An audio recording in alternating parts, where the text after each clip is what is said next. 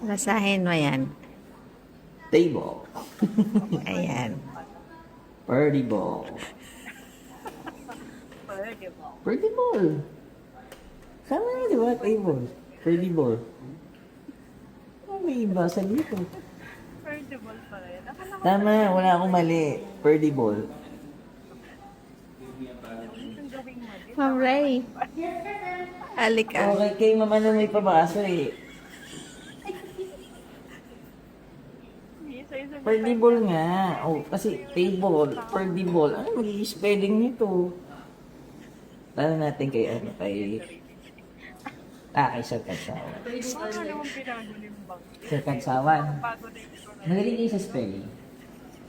Muna gamay sa sir. Sabi dito. Table, di ba? Ito. Okay.